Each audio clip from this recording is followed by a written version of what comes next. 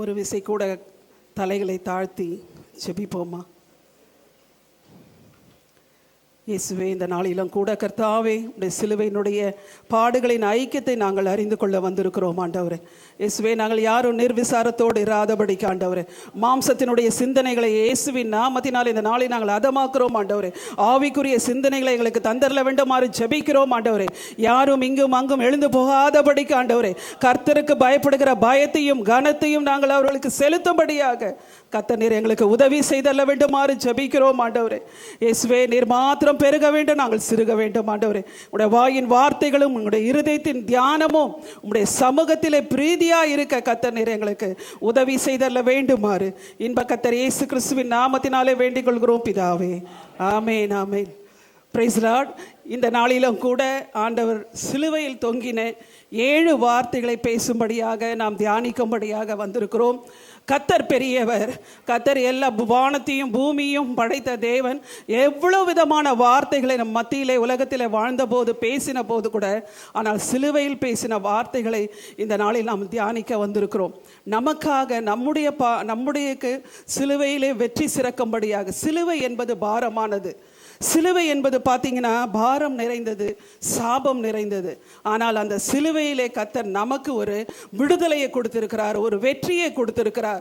சிலுவையிலே ஒரு ரட்சிப்பை நமக்கு கொடுத்திருக்கிறார் இல்லைங்களா? அவ்வளோ பெரிய மகத்தான தெய்வத்தை நம்ம கொண்டு இருக்கிறோம். அவ்வளோ பெரிய தேவனை நம்ம கொண்டு இருக்கிறோம். அப்படிப்பட்ட தெய்வத்தை வணங்குற ஜனங்கள் நாம் பாக்கியவான்கள். அந்த சிலுவையின் நமக்கு ஒரு வெற்றி சின்னமாக மாத்திரமல்ல, நமக்கு ஒரு ஆசீர்வாதத்தின் சின்னமாக கர்த்தர் நமக்கு மாற்றினார். அந்த சிலுவை இல்லை என்றால், ஒரு நாளில் அவள் பிறக்கவில்லை என்றால் அந்த சிலுவை இல்லை. அந்த சிலுவை இல்லை என்றால் அவருடைய உயிர்த்தெழுதல் இல்லை. அதனால தான் பவுல் சொல்றார், அந்த பாடுகளின் ஐக்கியத்தில் நம்ம பங்குள்ளவர்களாக இருக்கிறோம் என்றார். பவுல் அப்போஸ்தலன் கலாத்தியத்தில் சொல்லும் போது, கிறிஸ்துவுடனே கூட சிலுவையில் அறையப்பட்டேன், ஆயினும் நான் அல்ல, அவரே என்னில் என்ன செய்கிறாரு, ஜீவித்திருக்கிறார் என்று சொல்லியிருக்கிறார். நானோ நம்முடைய கர்த்தராகிய இயேசு கிறிஸ்துவின் சிலுவையை அல்லாமல் வேறு ஒன்றையும் குறித்து நம்ம என்ன செய்ய முடியாது, மேன்மை பாராட்ட முடியாது. மேன்மை பாராட்ட வேண்டுமானால் இந்த உலகத்தில் அவருடைய சிலுவையை குறித்து அல்லாமல் வேறு ஒன்றையும் குறித்து மேன்மை பாராட்ட முடியவே முடியாது. சிலுவையின் உபதேசம் கெட்டு போகிறவர்களுக்கு எப்படி இருக்கும், பைத்தியம். ஆனால் ரட்சிக்கப்படுகிற நமக்கும் அது தேவ பலனா இருக்கிறது. கர்த்தர் இந்த நாளில் நம்மளை தேவ பலத்தோடு நிற்க வைத்ததுக்காக ஆண்டவருக்கு நாம் நன்றி செலுத்த வேண்டும். முதலாவது ஆண்டவர் பேசின வார்த்தை, இயேசு, பிதாவே இவர்களுக்கு மன்னியும், தாங்கள் செய்கிறது இன்னதென்று அறியாதிருக்கிறார்கள். அவர் மனுஷனாய் வாழ்ந்தபோது எவ்வளோ பேருக்கு மன்னிப்பு கொடுத்த தேவன். ஆனால் அவர் சிலுவையில் தொங்கும் போது கடைசியாக ஜனங்களுக்காக அவர் மன்னிப்பை கேட்கிறார். மன்னிப்பு என்பது மிகவும் கஷ்டமான ஒரு காரியம். மன்னிப்பில் பாருங்கள், 2 விதமான மன்னிப்புன்னு. செய்த தவறுக்கு மன்னிப்பு கேட்கறது ரொம்ப ஈஸி இல்லைங்களா? நம்ம ஒரு தவறு செஞ்சிட்டோம்னா, சாரி என்னை மன்னிச்சிருங்க, நான் தெரியாமல் செஞ்சிட்டேன்னு சொல்லலாம். ஆனால் தெரியாத தவறுக்கு நம்ம மன்னிப்பு செய்யாத காரியத்துக்கு நம்ம மன்னிப்பு கேட்குறது மிக மிக கஷ்டம். நான் ஏன் செய்யவே இல்லையே, நான் அப்படியா செஞ்சேன், நான் செய்யலையே, நான் எதுக்கு அவங்கக்கிட்ட போயிட்டு என்ன செய்யணும், மன்னிப்பு கேட்கணும் இல்லைங்களா? நமக்கெல்லாம் அநேக அந்த மாதிரி நம்மளுடைய சுபாவங்கள் இருக்குது. நான் தவறு செய்யலை, நான் ஒன்றுமே செய்யலையே, நான் போய் அவங்கக்கிட்ட மன்னிப்பு கேட்கணுன்னு அவசியம் இல்லை. ஆனால் மன்னிப்பு கேட்கணுன்னா ஒரு தாழ்மை இருக்கணுங்க. அதை சிலுவையில் இயேசு நமக்கு என்ன செஞ்சுருக்கிறாரு, கற்றுக் கொடுத்துருக்கிறார். அவர் ஒன்றுமே செய்யலைங்க, அவர் தகாதது ஒன்றுமே அவர் செய்யலை. ஆனாலும் அவரிடத்துல நன்மை பெற்ற ஜனங்கள் தான் அவர் என்ன செஞ்சாங்க, சிலுவையில் அறைந்தாங்க. அப்படி இருக்கும்போது இயேசு சொல்கிறார், பிதாவே இவர்களுக்கு மன்னியும், தாங்கள் செய்கிறது இன்னதென்று அறியாதிருக்கிறார்கள். அது பாருங்க, அந்த மாதிரி மன்னிப்புடைய காரியம் இருக்குமானால் இயேசு சீஷர்களை பார்த்து சொன்னார், என் பின்னே வாருங்கள்னாரு. அதுக்கப்புறம் சொல்றாரு, ஒருவன் தன்னை தானே வெறுத்து தன் சிலுவையை எடுத்துக்கொண்டு என்ன செய்யணுமா, என்னை பின்பற்ற கடவன். அப்படின்னா யோசித்து பாருங்க, தன்னை தானே வெறுத்து சிலுவையை எடுத்துக்கொண்டு வரணும். இந்த காரியங்களை சிலுவையை எடுத்துக்கொண்டு வரணும்னா அவர் சுமந்த சிலுவையை நம்ம எடுத்துக்கொண்டு வர்றது இல்லைங்க. அவர் சென்ற அடிசுவடுகளை, அவர் நமக்கு காண்பித்த கற்பனைகளையும் கட்டளைகளையும் நம்ம பின்பற்றி அவருக்காக என்ன செய்ய வேண்டியதாக இருக்குது, இடுக்கமான வாசல் வழியாக நம்ம பிரவேசிக்க வேண்டியதாக இருக்குது. அதுதான் அவர் சொன்ன பாதைகள். சிலுவையை எடுத்துக்கொண்டு நடனா எல்லாருமே சிலுவையை தூக்கிட்டு வர்றதில்லை. எப்பேற்பட்ட பாடுகளாக இருந்தாலும் அதன் வழியாக நம்ம என்ன செய்யணும், மகிமைக்குள்ளே பிரவேசிக்க வேண்டியது. அப்படிப்பட்ட இதில் காரியத்தில் பார்க்கும்போது யோசேப்பை பற்றி நம்ம பார்க்கலாம். எடுத்தவங்க வாசிங்க, ஆதியாகமம் 50ஆம் அதிகாரத்தில் பாருங்க. இந்த சம்பவங்கள்லாம் கூட உங்களுக்கு நல்லா தெரியும். ஆதியாகமம் 50ஆம் அதிகாரத்தில் 15வது வசனத்தில் வாசிங்க.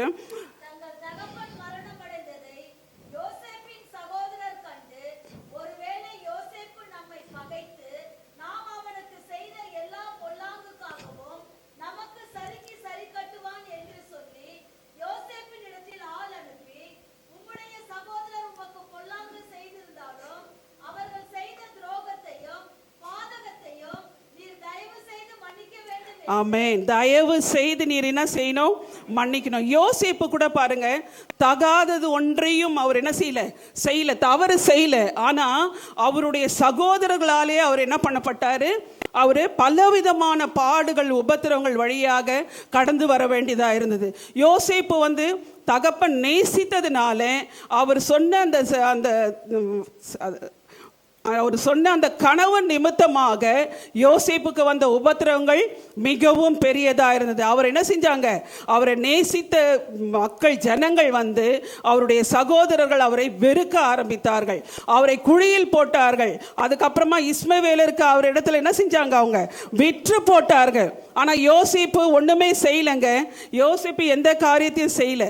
நமக்கு கூட சில நேரத்தில் அப்படிப்பட்ட பாடுகள் வரும். என்னது, நம்ம ஒன்றுமே செய்யாத இருப்போம். ஆனால் நமக்கு என்ன வரும், இழிவான பேச்சுகள் வரும், நம்மளை குழியில தள்ளுற மாதிரி காரியங்கள் வரும். நமக்கு எப்பேற்பட்ட சூழ்நிலைகள் வந்தாலும், நம்மளை ஒதுக்கி போட்டாலும், என்ன காரியங்கள் வந்தாலும், ஆனால் யோசேப்பு என்ன பண்ணார், கர்த்தர் ஒரு நாளில் யோசேப்பை எகிப்துக்கு என்னவா ஆக்கினார், அதிபதியாக ஆக்கினார்.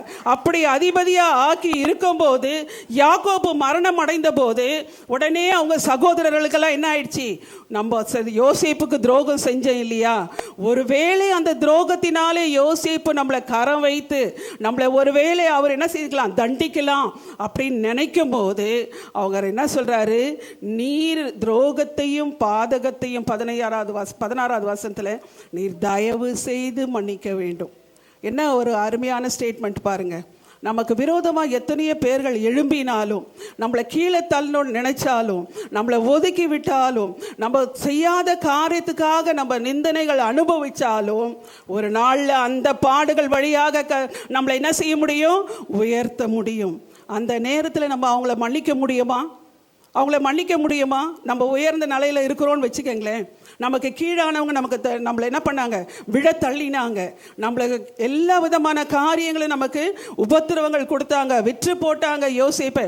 அப்படிப்பட்டமான சூழ்நிலையில் இருக்கும்போது கர்த்தர் நம்மளை உயர்த்தும் போது நம்ம அவங்கள மன்னிப்போமா, யோசித்து பாருங்க. அதுதான் கர்த்தர் சொன்னார், முதலாவது பேசு, தாங்கள் செய்கிறது இன்னதென்று அறியாதிருக்கிறார், இவர்களுக்கு மன்னியும். அந்த மாதிரி சூழ்நிலையில் இந்த சிலுவையினுடைய தியானத்தை ஆராதிக்க வந்திருக்கிற நமக்கு விரோதமாக யார் இருந்தாலும் அவர்களை மன்னிக்க வேண்டும். அதுதான் இயேசு நமக்கு கற்றுக் கொடுத்த பாடமாக இருக்கிறது இல்லைங்களா.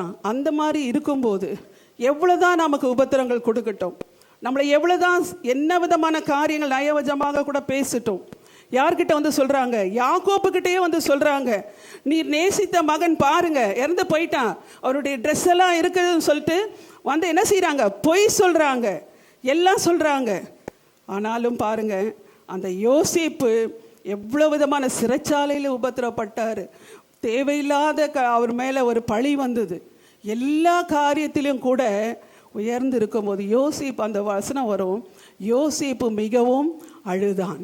அவங்கள ஒரு நாளும் அவங்களுக்கு தீங்கு செய்ய யோசேப்பு என்ன செய்யல, நினைக்கவே இல்லை. அவங்களுடைய மன்னிப்பு என்ன செஞ்சார், அவர் சகோதரர்களுக்கு மன்னிப்பை கொடுத்து அவர்களை அதிகமாக என்ன செஞ்சார், ஆசீர்வதித்தார். அதே போல தான் நம்முடைய வாழ்க்கையில் நமக்கு யாரெல்லாம் என்னென்ன விதமான காரியங்களை கொண்டு வந்தாலும் நாம் எல்லாரும் அவர்களை என்ன செய்ய வேண்டியதாக இருக்குது, மன்னிக்க வேண்டியதாக இருக்கிறது. ரெண்டாவது பார்க்கும்போது மன்னிப்பு, மோசே, இஸ்ரவேல் ஜனங்கள் பாவம் செய்து எல்லாமே விக்கிரகங்களையும் அதுங்களையும் வணங்கி கொண்டு இருக்கும்போது மோசே பாருங்க, ஒரு ஆத்ம பாரத்தோடு ஆண்டவரிடத்தில் ஒரு மன்னிப்பு கேட்கிறார்.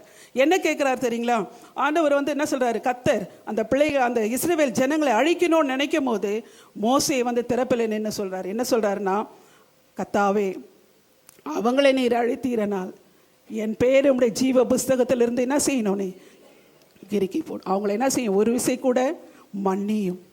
திறப்பில் நின்று நம்ம அதுக்காக ஜெபிக்கிறோமா? அப்படிப்பட்ட மக்களுக்காக அவங்கள நம்ம ஒரு மாதிரி நினைத்து நம்ம அவங்கெல்லாம் வந்து தவறு செய்கிறவங்க, அவங்கெல்லாம் பாவம் செய்கிறவங்க, அவங்க அவ்வளோதான், அவங்க கர்த்தருக்குள்ளே வரமாட்டாங்க இனி அப்படி தான் நினச்சி அவங்கள நம்ம என்ன பண்ணுறோம், அவங்கள ஒரு மாதிரி நினைக்கிறோமா?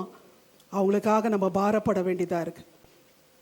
நம்மளை விட்டு பின்வாங்கி போனவங்க யாராக இருந்தாலும் சரி, நம்ம குடும்பத்தில் இருந்தாலும் சரி, மற்றவங்களாக இருந்தாலும் சரி, மோசேயை போல கர்த்தரிடத்தில் மன்னிப்பு கேட்குறவங்களா இருக்கணும். ஆண்டவரே அவங்கள மன்னியும் ஆண்டவரே, அப்படி மன்னிக்கலைன்னா என்னுடைய பேர் நீர் ஜீவ புஸ்தகத்திலேருந்து என்ன செய்யும், கிறுக்கி போடுன்னு சொல்ல.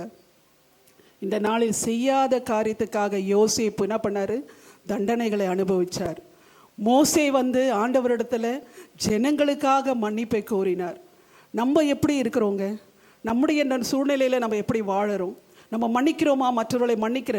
அதுதான் சொன்னாங்க, எத்தனை தடவை மன்னிக்கணும் சீஷர்கள் கேட்குறாங்க. பேதுரு வந்து கேட்குறாரு, என் சகோதரன் எனக்கு துரோகம் செய்து கொண்டே இருக்கிறானே, நான் எத்தனை தடவை மன்னிக்கணும் அப்படின்னு. இயேசு உடனே சொல்கிறாரு, நீ என்ன பண்ணு, 70 தரம்.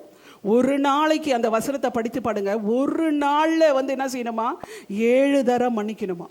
ஒரு நாளில் 7 தரம் மன்னிக்கணுமா. தேவனுடைய வார்த்தைகள் ஒவ்வொரு நாளும் நம்மளோட பேசுனாங்க. இந்த தேவனுடைய வார்த்தையை நான் படிக்கிறது மாத்திரமல்ல, அதன் படி நம்ம என்ன செய்யணும், செய்யணுங்க. நம்ம செஞ்சாதான் நம்ம ஆண்டவருடைய பிள்ளைகள் சொல்ல முடியும். மன்னிப்பை கொடுத்துட்றோம், ஆனால் சில நேரத்தில் என்ன செய்கிறோம், நம்ம மறக்க மாட்டேன்றோம். மன்னிச்சிருவோம், சாரின்னு கேட்டோன்னா என்ன செஞ்சிருவோம், மன்னிச்சிருவோம். ஆனால் என்ன செய்ய மாட்டோம், மறக்க மாட்டோம். ஆண்டவர் அந்த மாதிரி இருந்திருந்தா நம்ம இந்த நாளில் நம்ம எப்படி இருந்திருப்போம் இல்லைங்களா? அதே மாதிரி தான் தாவீது பண்ண தவறு அதுதான். தாவீது என்ன பண்ணுவார், அப்சலோமுக்கு பயந்து அவர் ஓடும்போது சிமே என்ற மனுஷன் என்ன பண்ணார், அவரை தூஷித்துன்னு வருவார். ரத்த பிரியனே தொலைந்து போ அப்படின்னு சொல்லிட்டு தாவீது என்ன பண்ணுவார், தூஷித்துன்னு வருவார். ஆனால் தாவீது ஒன்றுமே சொல்ல மாட்டாருங்க தாவீது. ஆனால் தாவீது மறுபடியும் ராஜாவாய் வரும்போது அவர் கடைசி நாட்களில் அவருடைய மகனாகிய சாலமோனை கூப்பிட்டு என்ன தெரியுமா சொல்லுவார், சாலமோனே அப்படின்னு சொல்லிட்டு அந்த அதிகாரத்தில் 2 ராஜாக்கள் 2ஆம் அதிகாரத்தில் படித்து பார்க்கும்போது எல்லாத்தையும் சொல்லும் போது அவர் பாருங்க சிமையை மன்னிச்சிட்டாரு, ஆனால் அவர் மறக்கலை பாருங்க. அடுத்த ஜெனரேஷனுக்கு அவருக்கு என்ன காரியம் தெரியுமா செய்கிறாரு தாவீது, இந்த மாதிரி நான் ஒரு விஷயம் நான் அப்சலோமுக்காக பயந்து நான் போகும்போது இந்த சிமே என்ற மனுஷன் என்ன செஞ்சாரு, தூஷித்துட்டு வந்தாரு. ஆனாலும் நீ அவன் மேலே என்ன செய், கவனமாயிரு. சொல்லலாமா அப்படி? நம்ம கூட நம்ம பிள்ளைங்களுக்கு என்ன பண்ணணும் தெரியுங்களா, மன்னிப்பு நான் கொடுத்துட்டேன். அடுத்தவங்க நமக்கு பிடிக்காதவங்களோ நம்முடைய உறவினர்களோ மற்றவர்களோ யாரோ நமக்கு தவறு செய்யும் போது அதை அடுத்த ஜெனரேஷனுக்கு என்ன செய்யக்கூடாது, நம்ம சொல்லக்கூடாது. ஆண்டவருடைய பிள்ளைகளாகிய நம்ம இருக்கிறோங்க. அதுக்கு தான் இயேசு சொன்னார், பிதாவே இவர்களுக்கு மன்னியும், தாங்கள் செய்கிறது என்னதென்று அறியாமல் செய்கிறார். அவர் தாவீது என்ன பண்ணாரு, மன்னிச்சிட்டேன்னு சொல்லிட்டு சாலமோனுக்கு அந்த காரியத்தை சொல்லிட்டார். நான் அப்படி இருக்கும்போது, சின்னதாக இருக்கும் போது எனக்கு இவங்கெல்லாம் இந்த துரோகம் செஞ்சாங்க, இவங்கெல்லாம் இப்படி பண்ணாங்க, நான் இந்த கஷ்டத்தில் இருந்தாங்க, எனக்கு யாரும் உதவி செய்யலை, நான் யாரும் உதவி பண்ணலை. நம்ம பிள்ளைங்களுக்கு என்ன செய்யக்கூடாது, நம்ம பிள்ளைங்களுக்கு என்ன செய்யக்கூடாது, நம்ம என்ன செஞ்சு மறக்காம இருக்கிறோம். ஆனால் நம்ம மறக்காம இருக்க முடியாது. நம்ம செய்த காரியங்கள் நன்மையானாலும் சரி தீமையானாலும் நம்மளால் என்ன பண்ண முடியாது, மறக்காம இருக்க முடியாது. ஆண்டவரே அதற்குரிய எனக்கு பலத்தை நீர் என்ன செய்யும், எனக்கு தாரும் ஆண்டவரே. என்னால் மறக்க முடியல, நான் செய்த நன்மைகளை வந்து அவங்க பாதகமாக அதுக்கு எனக்கு செய்யும் போது என்னால் மறக்க முடியல. ஆனால் நம்ம என்ன பண்ணணும், அந்த ஆண்டவர்கிட்ட பலத்தை கேட்கணும். அவளையே அடுத்தவங்களுக்கு நம்ம என்ன செய்யக்கூடாது, அதை சொல்லியிருக்கக்கூடாது. சொல்லும் போது கர்த்தர் நமக்கு வந்து ஒரு மன்னிப்பை தருகிறது. இவங்கெல்லாம் செய்ய தகாததுக்காக ஆண்டவரிடத்துல மன்னிப்பு கேட்டவங்க, செய்த தவறுக்காக ஆண்டவரிடத்துல மன்னிப்பு கேட்டது யார் தெரியுங்களா? அருமையான ஒரு நல்ல ஒரு மெசேஜ் பாஸ்ட் கொடுத்தாங்க. நம்முடைய மனதெல்லாம் வந்து சுக்குனராக இருந்து யோசித்து பாருங்க. விபசாரத்தில் கையும் மெய்யுமாக பிடிக்கப்பட்ட ஒரு ஸ்திரீயை ஆண்டவரிடத்துல கொண்டு வராங்க. நேற்றுக்கு சொன்னார் பாஸ்ட், நம்ம எல்லாம் எப்படி இருக்கிறோம், எல்லாமே ஒரு மாஸ்க்குள்ளே நம்ம என்ன பண்ணுறோம், எல்லாருமே நம்மெல்லாம் ஒன்றுமே பாவம் செய்யாத மாதிரி நம்ம என்ன பண்ணியிருக்கிறோம், உட்கார்ந்துருக்குறோம் இல்லையா? ஆனால் வந்து நம்ம கர்த்தர் வந்து நம்மளுடைய பாவத்தை என்ன செய்யலை, நமக்கு வெளியே காட்டுறதில்லை. நம்ம ஆண்டவர் வந்து நமக்கு வெளியே சொல்கிறதில்லை. நம்ம நினைக்கிறோம் இல்லைங்களா, சிந்தனையில் தவறு செய்கிறோங்க. நம்ம ஒருவேளை வந்து கொலை செய்யலை, பிறருக்கு விரோதமாய் பொய் சாட்சி சொல்லலை, களவு செய்யலை, பிற பொருளை நம்ம இச்சிக்கலை, ஓய்வு நாளை பரிசுத்தமாக ஆசரிக்கிறோம், எல்லாமே நம்ம செய்கிறோம், தாய் தகப்பனை நல்லா கவனிச்சிக்கிறோம், எல்லாம் செய்கிறோம். ஆனால் சிந்தனையில் என்ன செய்கிறோம்? நம்ம பாவம் செய்கிறோம். சிந்தனையிலே பாவம் செஞ்சதுனால்தான் தாவீது சாலமோனுக்கு அதை சொல்லி கொடுக்குறார். நம்ம சிந்தனையில் கூட நம்ம என்ன செய்யக்கூடாது? பாவம் செய்யக்கூடாது. அப்படிப்பட்ட காரியத்தில் தான் இயேசு நமக்கு ஒரு பாடத்தை கற்பிக்கிறார் இல்லைங்களா? நம்மளுடைய பாவங்களை அவர் சொல்லுவாரானால் நம்ம அந்த இடத்துல நம்ம என்ன செய்ய முடியாது? வந்திருக்கவே முடியாதுன்னு சொன்னார். இந்த இடத்துல நம்ம நின்று இருக்க முடியாது. ஆனால் விபசாரத்தில் கையும் வெளியுமா பிடிச்சிட்டு வந்து என்ன பண்ணாங்க? அவர் செய்த பாவம் வெளியரங்கமாக இருந்தது விபசாரம். அதை கொண்டு வந்து என்ன பண்ணாங்க? இயேசுவின் இடத்துல கொடுத்தாங்க. இவர் என்ன யாரு? பரிசேயரும் வேத பாரகரும் பிடிச்சிட்டு வந்து சொல்றாங்க. இயேசு என்ன சொல்றாருன்னு பார்க்கலாம். ஏன்னா பழைய ஏற்பாட்டில் விபசாரத்தில் இருந்தவங்க கல்லெறிஞ்சு என்ன செய்யணும்? கொல்லணுமே. இவர் என்ன சொல்றாரு அப்படின்னு கொண்டு வந்து செய்யும் போது இயேசு என்ன சொல்றாரு தெரியுங்களா? எல்லாரும் வந்து பார்த்தாங்க. பார்த்துட்டு அவங்க என்ன செஞ்சிட்டாங்க? அப்போ எல்லாருமே பாவம் செய்து என்ன செஞ்சிருக்கிறாங்க? தேவ மகிமையே அற்று போயிருக்கிறாங்க. இவங்க செய்த தவறுக்காக ஆண்டவரிடத்துல மன்னிப்பு கேட்கிறார். யோசேப்பு செய்யாத தவறுக்காக இருந்து மோசே ஜனங்களுக்காக மன்னிப்பு கேட்டார். தாவீது அதை நினைத்து வைத்து கொண்டு அவர் என்ன பண்றாரு? மறக்காம இருக்கிறார். உன்னையும் என்னையும் கத்த நம்ம செய்த பாவங்களை நம்ம மறக்காத இருந்தாரானால் நம்ம என்ன பண்ணியிருக்க முடியாது? இந்த இடத்துல வந்து இருந்திருக்க முடியாது. ஹல்லேலூயா.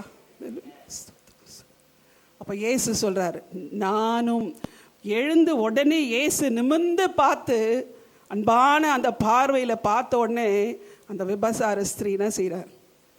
உடனே தன்னுடைய பாவத்தை என்ன செஞ்சிருக்கலாம்? ஒருவேளை சொல்லியிருக்கலாம் இல்லையா? போ, இனி என்ன செய்யாத, நானும் உன்னை ஆக்கினைக்குள்ளாக என்ன செய்ய மாட்டேன், தீர்க்க மாட்டேன்னு சொல்றாருங்க. எவ்வளவு பெருமான ஒரு மன்னிப்பை கொடுக்கிறாரு பாருங்க. ஆக்சுவலாக விபசாரத்தில் இருந்த அந்த நியாயப்பிரமாணத்தின் படியா கல்லெறிந்து கொல்லணும். ஆனால் இயேசு மன்னித்துட்டு என்ன சொல்றாரு? நானும் உன்னை என்ன செய்ய மாட்டேன், ஆக்கினைக்குள்ளாக தீர்க்க மாட்டேன்ற ஒரு மன்னிப்பை கொடுக்கிறாரு பாருங்க. அதுதான் உன்னையும் என்னையும் ரட்சித்த மன்னிப்புங்க. அது அப்படிப்பட்ட மன்னிப்புல தான் நம்ம வாழுறோம். நம்ம ஒன்றும் நீதிமான்கள் கிடையாது.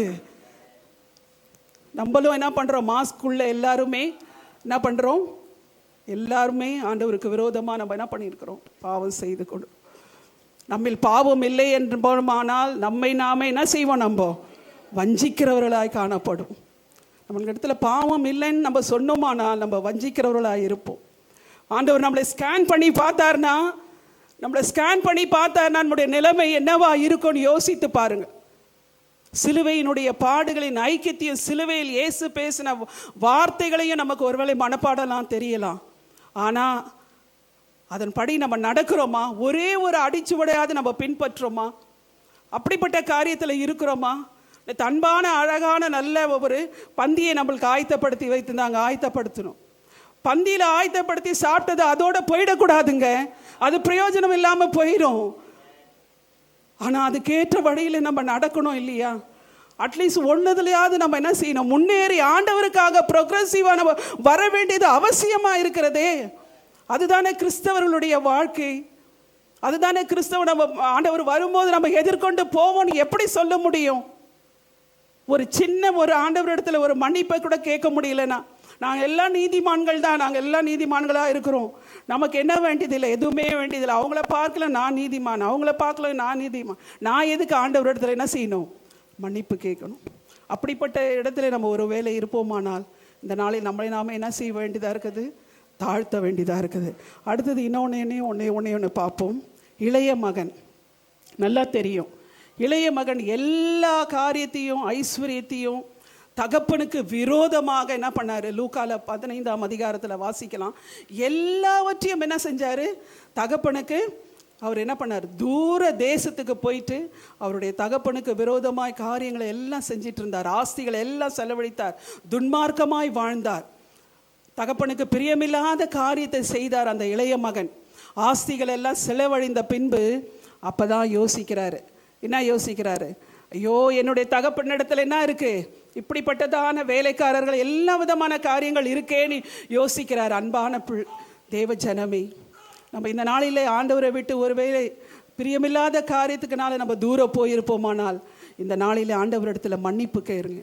மன்னிப்பு கேட்டு அந்த இளைய குமாரன் என்ன சொல்றார், தகப்பனே உமக்கு விரோதமாகவும் பரத்துக்கு விரோதமாக நான் என்ன செஞ்சேன், பாவம் செய்தேன். இனி உம்முடைய குமாரன் என்று சொல்லப்படுவதற்கு நான் என்ன இல்லை, பாத்திரன் இல்லை அப்படின்னு சொல்லி அவருடைய தகப்பனிடத்துல வந்து மன்னிப்பு கேட்கும் போது கர்த்தர் ஒரு பெரிய, அந்த தகப்பன் ஒரு பெரிய கொண்டாட்டத்தை அவருக்கு என்ன செய்யறாரு, ஏற்படுத்துகிறார். இந்த நாளில் எத்தனை பேர் நம்ம ஆண்டவரை விட்டு தூரமா போயிருக்கிறோம், எத்தனை பேர் நம்ம மறுபடியும் தகப்பனுக்கு விரோதமாக கோபம் வரும்படியான எல்லா காரியங்களையும் நம்ம செய்திருப்போம். இந்த நாட்களில் அந்த மன்னிப்பை கொடுக்கிற தேவன் நம்ம மத்தியில் இருக்கிறார். இன்றும் மன்னிப்பை நமக்கு கொடுத்து கொண்டு இருக்கிறதுனால தாங்க நம்ம இந்த நாளில் நம்ம வந்து நிற்கிறோம். இந்த நாளில் வந்து நம்ம நிற்கிறோம், வாழுறோம், எல்லாம் செய்கிறோம். கிருபை கிருபைன்னு கிருபையை நம்ம போக்கடிக்கிறவர்களாய் நம்ம காணப்படுகிறோமா? யோசித்து பாருங்கள். ஒரு விசை கூட இந்த வருடத்திலே வந்து தகப்பனே உமக்கு விரோதமாக பரத்துக்கு விரோதமாக நான் பாவம் செய்தேன், ஆனாலும் உடைய குமாரன் என்று சொல்லப்படுவதற்கு நான் பாத்திரன். நம்முடைய ராஜாக்களும் ஆசாரியர்களுமாய் ஆக்கியிருக்கிறாரே, ராஜரீகமான ஆசாரிய கூட்டம்னு நம்ம சொல்றோமே, சொல்லும் போது நம்ம அப்படிப்பட்ட பிள்ளைகளா இருக்கிறோமானா, ராஜாவினுடைய பிள்ளைகளா இருந்தால் ராஜாவினுடைய குணத்தை நம்மிடத்தில் காணப்பட வேண்டும் அல்லவா? அவர் எவ்வளவு பேர்கிட்ட நன்மை பெற்றிருப்பாங்க, அவரிடத்துல இயேசுவின் இடத்துல எவ்வளவு நன்மை பெற்றிருப்பாங்க. ஆனாலும் அவரை சிலுவையில் அறையுன்னு சொல்லும் போது, பிதாவே இவர்களுக்கு மன்னியும் தாங்கள் செய்கிறது இன்னதென்று அறியாதிருக்கிறார்கள் சொல்றாரு. அந்த மாதிரி ஒரு சம்பவம் நம்முடைய வாழ்க்கையில நமக்கு வருமானால் நாம் அப்படிப்பட்ட காரியத்தில் நம்ம ஈடுபடுவோமா? தூரமாய் போயிருந்தால் ஒருவேளை ஆண்டவர் கிட்ட இந்த நாளிலே வாங்க, ஆண்டவரே நான் எந்த சூழ்நிலையில் உண்மை விட்டு நான் தூரம் போயிட்டேன்னு எனக்கு தெரியல, எந்த இடத்துல நம்ம விழுந்தோம் என்பதை பார்த்து அந்த இடத்துல இருந்து நம்ம என்ன செய்யணும், மறுபடியும் திரும்ப வேண்டியதாக இருக்குது. கர்த்தரிடத்துல மன்னிப்பை தருகிற தேவன், அளவில்லாமல் மன்னிப்பை தருகிற தேவன் நம்மளோடு கூட இருக்கிறார். எல்லாவற்றிலும் தவறு செய்யும் போதும் கர்த்தர் நம்மளை என்ன செய்கிறாரு, மீட்டு எடுக்கிறவராய் காணப்படுகிறார். கடைசியாய் பார்க்கும்போது ஸ்தேவான் இயேசுவை போல சொல்றார். ஸ்தேவான் வந்து என்ன பண்ணாரு, ஒரு அருமையான ஒரு இரத்த சாட்சியாய் மரித்தார் ஸ்தேவான் இயேசுவை போல சொல்றாரு, கர்த்தாவே இவர்கள் மேல் இவருடைய பாவத்தை என்ன செய்யாதையும் சுமத்தாதீரும், இவர்கள் மேலே இந்த பாவத்தை சுமத்தாதீரும். இந்த நாளிலே அநேக காரியங்களை கிறிஸ்தவர் நம்ம ஆண்டவருடைய சுவிசேஷத்தை சொல்லும்போது, கடந்த நாட்களில் 2 நாளைக்கு முன்னாடி ஒரு பாஸ்டர் எனக்கு சொன்னார், அவங்க ஒரு கிராமத்தில் சுவிசேஷம் சொல்லும்போது அந்த கிராமத்தினுடைய தலைவர் வந்து என்ன பண்ணாங்களாம், நீங்கள் இனிமேல் இந்த இடத்துல வந்து என்ன செய்யக்கூடாது, இயேசுவை பற்றி சொல்லக்கூடாது அப்படின்னு நீ ஒரு லெட்ரு எனக்கு எழுதி கொடுங்க. இங்கே தான் திருநெல்வேலி மாவட்டத்தில் தான் ஒரு லெட்ரு ஒன்று எழுதி கொடுங்க, நீங்கள் கிறிஸ்துவை பற்றி நான் சொல்ல மாட்டேன் அப்படின்னு சொல்லிட்டு. உடனே அந்த பாஸ்டர் சொன்னாரா, நாங்கள் ஏன் உங்களுக்கு என்ன செய்யணும், எழுதி கொடுக்கணும், அப்படிப்பட்ட காரியத்தை செய்ய மாட்டோன்னுட்டு. ஏன்னா நாங்கள் நல்வழியில் நடத்துகிறோம், தீய மக்களை நல்ல வழியில் நாங்கள் நடத்துறது தான் எங்களுடைய வேலை, நாங்கள் சொல்ல வேண்டியது எங்களுடைய கடமை. ஆனால் அவங்கள கூட்டிகிட்டு வந்து நாங்கள் என்ன பண்ண போகிறது இல்லை, ஞானஸ்தானம் கொடுத்து உடனே அவங்கள என்ன செய்யலை, நாங்கள் கிறிஸ்தவ மதத்துக்கு நாங்கள் மாற்றலை, அதனால் நான் உங்களுக்கு எழுதி தர வேண்டிய அவசியம் இல்லைன்னு சொல்லிட்டாராம். இந்த நாட்களில் இரத்த சாட்சிகளாய் அநேகர் மரித்து கொண்டு இருக்கிறார்கள்னா, சரீரத்தில் ஒருவேளை மரிக்காமல் இருக்கிறாங்க, ஆத்துமால எவ்வளோ பேர் மரித்து கொண்டு இருக்கிறாங்க. அதே போல ஸ்தேவானை போல நம்மளால சொல்ல முடியுமா? அப்படிப்பட்ட சூழ்நிலை நமக்கு வந்தாலும் நம்ம சுவிசேஷம் கொண்டு செல்லும் போது அந்த மக்களுக்காக நம்ம ஜெபிக்க முடியுமா? ஆண்டவரே இவருடைய பாவத்தை இவர்கள் மேல் என்ன செய்யாதையும் சுமத்தாதிரும் என்று சொல்ல முடியுமா? அந்த மக்களுக்காக யார் ஜெபிப்பா, யார் போவா? திறவுண்ட வாசல்கள் அடைப்பட்டு கொண்டு வருகிற நாட்களிலே வந்திருக்கிறோம். தமிழ்நாடு சுகமாக இருக்குது என்று நினைத்து கொள்ளாதீர்கள். தமிழ்நாட்டிலையும் அநேக வாசல்கள் அடைப்பட்டு கொண்டு வருகிறது. ஸ்தேவான் அன்றைக்கு இரத்த சாட்சியாய் மரித்தார், அதனால நம்ம இரத்த சாட்சியாய் போய் மரிக்கணும்னு சொல்லலை. அப்படிப்பட்ட சுபாவம் நம்ம காணப்படும் இருக்கணுங்க, அப்படிப்பட்ட வைராக்கியம் நம்மள காணப்பட வேண்டியதாக இருக்கிறது. இயேசுவுக்காக இரத்த சாட்சியாய் மரிக்கக்கூடிய நிலைமை வந்தாலும், சுவிசேஷம் சொல்ல முடியாதபடி வாசல்கள் அடைபட்டாலும், ஆண்டவருக்காக என்ன செய்யணும், நம்ம சொல்ல வேண்டியதா, அவர்களை மன்னிக்கிற சுபாவம் நமக்கு என்ன செய்யணும், வேணும். இந்த இடத்தார் இவங்க இப்படி சொன்னாங்க இல்லை, அதனால் அவங்களே வேண்டாம் நமக்கு அப்படின்னு என்ன செய்யக்கூடாது, அவங்கள வெறுக்கக்கூடாது. அவங்களுக்காக நம்ம என்ன செய்ய வேண்டியும், அவங்கள மன்னித்து அவங்களுக்காக என்ன செய்ய வேண்டியதாக, ஜபிக்க வேண்டியதாக இருக்குது. இந்த நாளில் நீங்கள் எந்த மாதிரி சூழ்நிலையில் வந்திருக்கிறீங்களோ தெரியும், யார் மன்னிக்காமல் இருக்கிறீங்களோ தெரியல. கர்த்தர் நம்மளை மன்னிச்சிருக்கிறார் இல்லை, உங்களில் ஒருவர் உங்களுக்கு குறை உண்டானால் கிறிஸ்து உங்களுக்கு மன்னித்தது போல நீங்களும் என்ன செய்யணுமா? மன்னிக்க வேண்டும். ஆண்டவருடைய சிலுவையை அடிச்சுவடுகளை பின்பற்றுகிறவர்களாகிய நாங்கள் அதற்கேற்ற பாதையில் நம்மளை வழி நடத்த கர்த்தர் வல்லவராயிருக்கிறார். கர்த்தர் தாமே உங்களை ஆசீர்வதிப்பாராக. ஆமென், ஆமென்.